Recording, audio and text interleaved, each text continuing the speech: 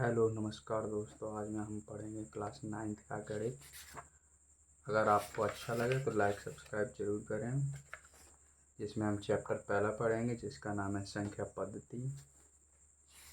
इसके बारे में कुछ विशेष जानकारी जरूर चाहिए आपको, तभी आपसे ये होगी। देखिए, पढ़ते हैं संख्या पद्धति को, जो कि मैं यहाँ पर पढ़ाऊँगा। सबसे पहले पढ़ेंगे हम संख्या पद्धति। संख्या पद्धति चैप्टर का नाम है संख्या पद्धति। और इसमें सबसे पहले क्या पढ़ेंगे, देखिए, स्टार बना के लिखेंगे प्राकृत संख्या। प्राकृत संख्या क्या होती है, इनके बारे में पढ़ेंगे। प्राकृत संख्या होती हैं 1 से स्टार्ट, 1 2 3 4 और डॉट डॉट डॉट अनंत तक। कहाँ से स्टार्ट होती हैं, 1 से, 1 2 3 4 5 6 7 8 डॉट डॉट डॉट अनंत तक। उसके बाद पढ़ेंगे हम पूर्ण संख्याएं। क्या पढ़ेंगे, पूर्ण संख्या। पूर्ण संख्या समझिए, पूर्ण संख्या में कुछ नहीं है, पहले 0 आ जाता है, 1 2 3 4 डॉट डॉट डॉट डॉट अनंत तक। समझिए, इसमें 0 को जोड़ देते हैं तो पूर्ण संख्या हो जाती है। अगर समझ आए तो हाँ कहिएगा जरूर, कमेंट जरूर करिएगा। 1 मिनट में देखता हूँ वीडियो कैसी बन रही है, थोड़ा जूम कर देते हैं।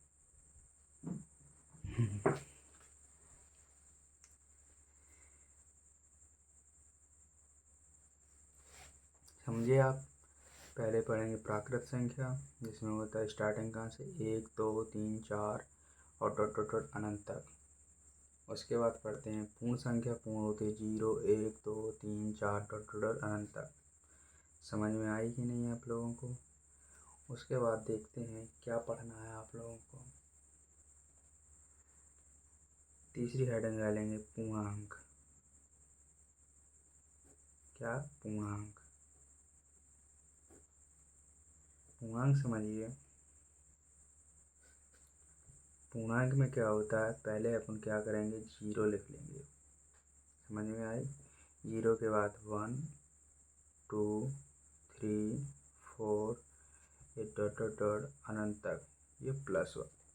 पूर्णांक क्या है, माइनस का भी होता है, -2 और -3 और डॉट डॉट डॉट अनंत तक। समझे, पूर्णांक में क्या होता है, 0 भी होता है और माइनस भी होता है। पूर्णांक में केवल दशमलव नहीं होते हैं, ये जरूर ध्यान रखें। देखिए, इनको बोलते हैं धनात्मक पूर्णांक। क्या बोलते हैं, धनात्मक पूर्णांक।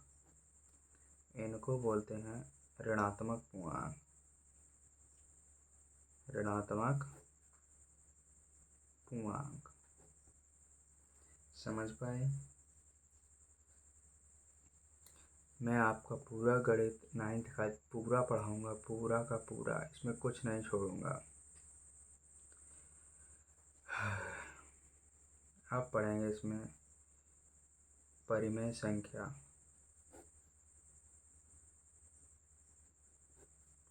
परिमेय संख्या देखिए,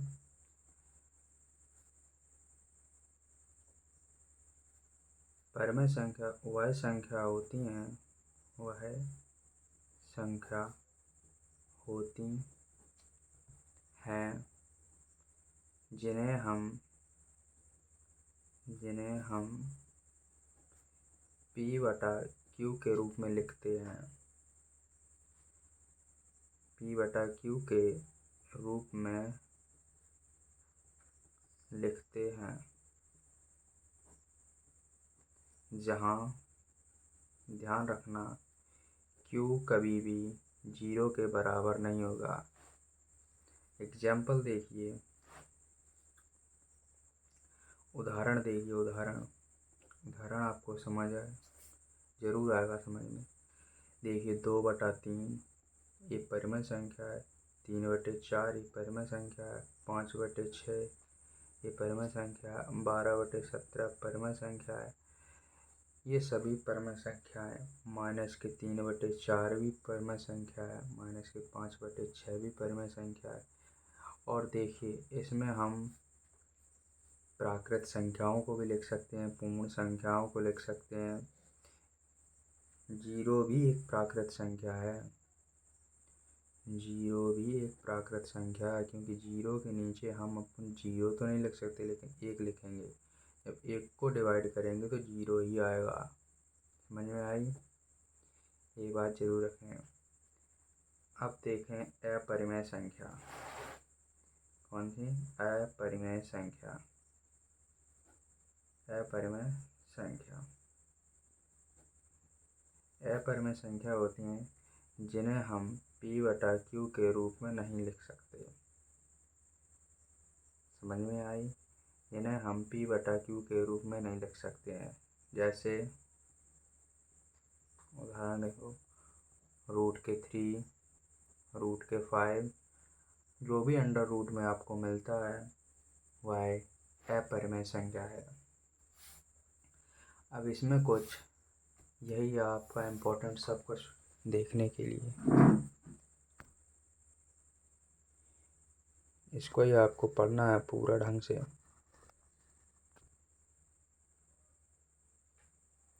इसको आपको पूरा पढ़ना है ढंग से। इससे एक बात ज़रूर ध्यान रखें। अब मैं कुछ क्वेश्चन कराना चाहूँगा, क्वेश्चन समझिए, जितना मैंने पढ़ाया उससे देखिए। प्राकृत संख्या आपने पढ़ चुके हैं, 1 2 3 4 और डॉट डॉट डॉट अनंत तक। पूर्ण संख्या आप पढ़ चुके हैं, 0 1 2 3 4 डॉट डॉट डॉट अनंत तक।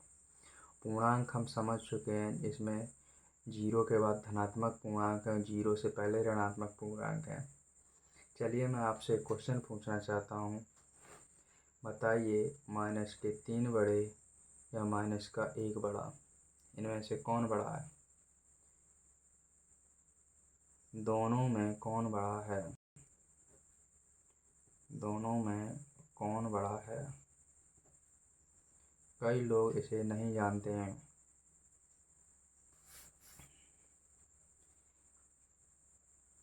देखते हैं कौन बताएगा, कमेंट ज़रूर करिएगा।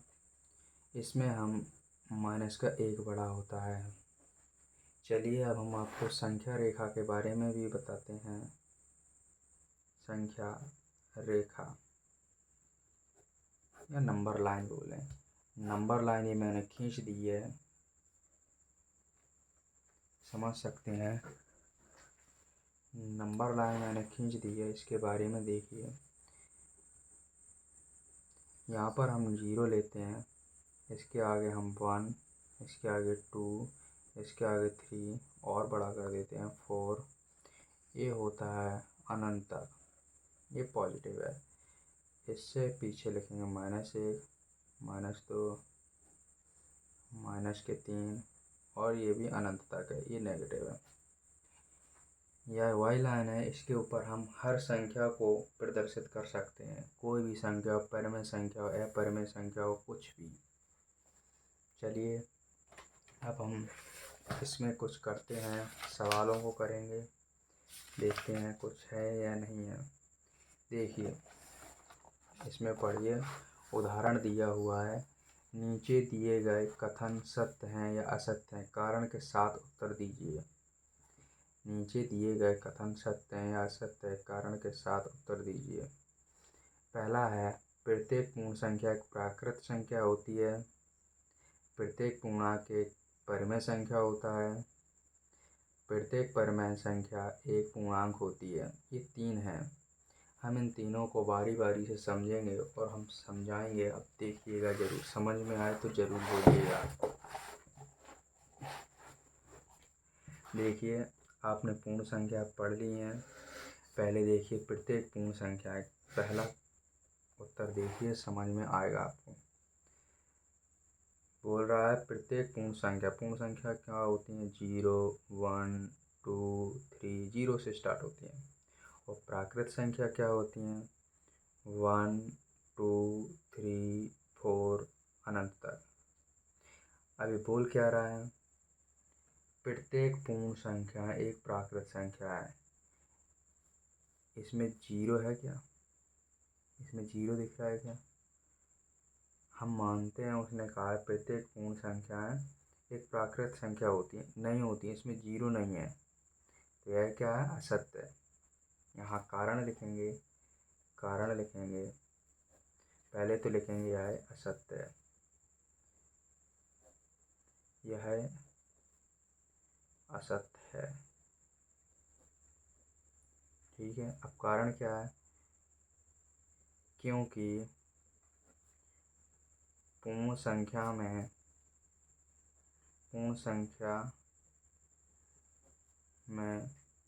शून्य होता है,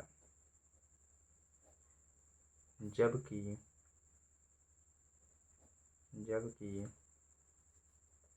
प्राकृत संख्या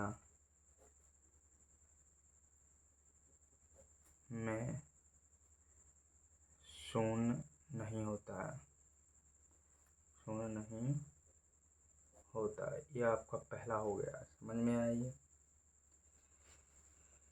यह पहला उत्तर हो गया है पहले का, ये पहले का हो गया है। अब दूसरा समझिए, दूसरे में क्या होता है?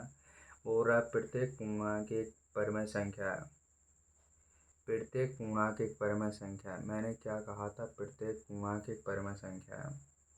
अब पूर्णांक को समझिए, हम कोई भी पूर्णांक लिख देते हैं, -3 -4 -5 1 2 3 और 0 भी। ये क्या है? सभी पूर्णांक है। इसमें नेगेटिव भी वैल्यू होती है, माइनस की भी होती है और प्लस की भी होती है। सभी के नीचे अगर हम 1 लिख दें तो इसे हम परमेय संख्या बोल सकते हैं कि नहीं? ये बताइए। परमेय संख्या क्या होती है? अभी हमने कंडीशन पढ़ी है, जैसे हम P/Q के रूप में लिख सकते हैं। यहाँ Q बराबर नहीं होता है 0 के। समझ आया क्या बोला मैंने? सभी पूर्णांकों को लिखिए, उसके नीचे 1 लिखिए। क्या यह कंडीशन फॉलो कर रहा है कि नहीं है क्वेश्चन? हाँ, तो यह क्या है? सत्य है, यह सत्य है। समझ आया? सत्य है। क्यों सत्य है? क्योंकि पूर्णांकों को P/Q के रूप में लिखा जा सकता है, समझ आया? लिखा जा सकता है। अब तीसरा क्या कहता है? प्रत्येक परमेय संख्या एक पूर्णांक होती है। क्या बोल रहा है? प्रत्येक परमेय संख्या एक पूर्णांक होती है। देखते हैं तीसरा क्या कहता है। प्रत्येक परमेय संख्या एक पूर्णांक होती है। एक बार और सुनिए, प्रत्येक परमेय संख्या एक पूर्णांक होती है। हम कैसे माने?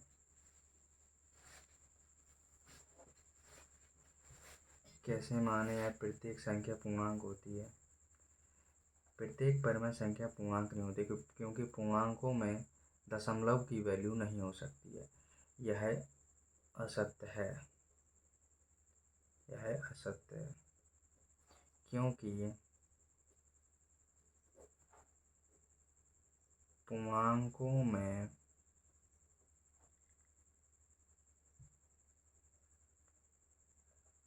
तीन बटे पाँच नहीं लिखा जा सकता, क्यों नहीं लिखा जा सकता? क्योंकि अगर हम 3 को भाग देंगे 5